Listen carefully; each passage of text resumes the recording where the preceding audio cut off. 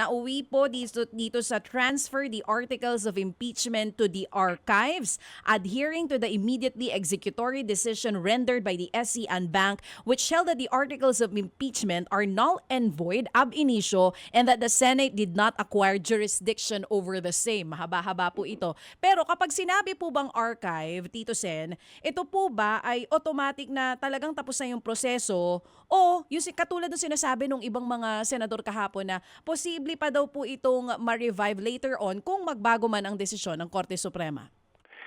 Ang totoo nung pag sinabing archive, ito yung tradisyon sa Senado o sa parliamentary rules. Pag sinabing archive, nakabaon na 'yon. Nilibing. Ganun 'yun.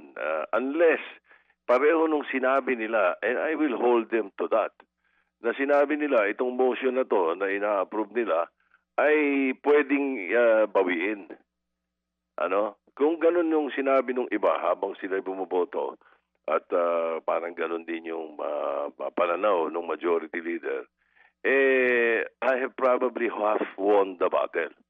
Sapagkat ang akin doon kasi, ayoko ng motion to dismiss. I-dismiss mo yung articles of impeachment. Ang daming mali doon eh. Ang daming mali doon sa punto na yon. Sapagkat dito walang kinalaman si Sara, si VP Sara. Walang kinalaman ng kahit sino dito. Ang sa akin, konstitusyon.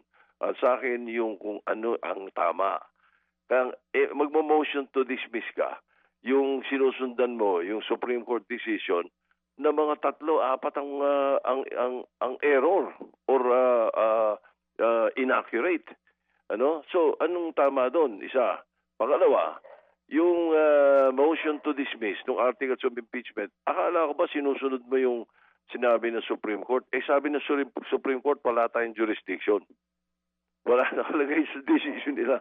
Wala jurisdiction ng Senado.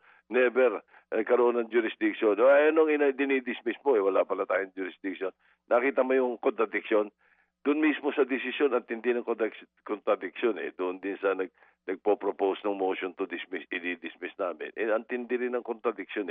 So pinakamagandang solusyon, kaya ito'y natutunan ko throughout the years, is to lay on the table. I-table muna natin. Ang ibig sabihin nun, isaasang tabi natin.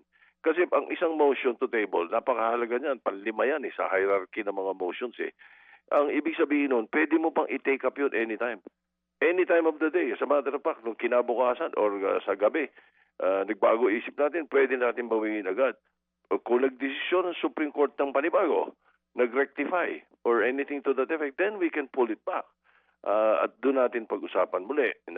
Ganun yung sinasabi ko. So, mukhang hindi yun ang nasa isip ng iba. Yung iba parang iniisip, talagang gusto nilang i-dismiss.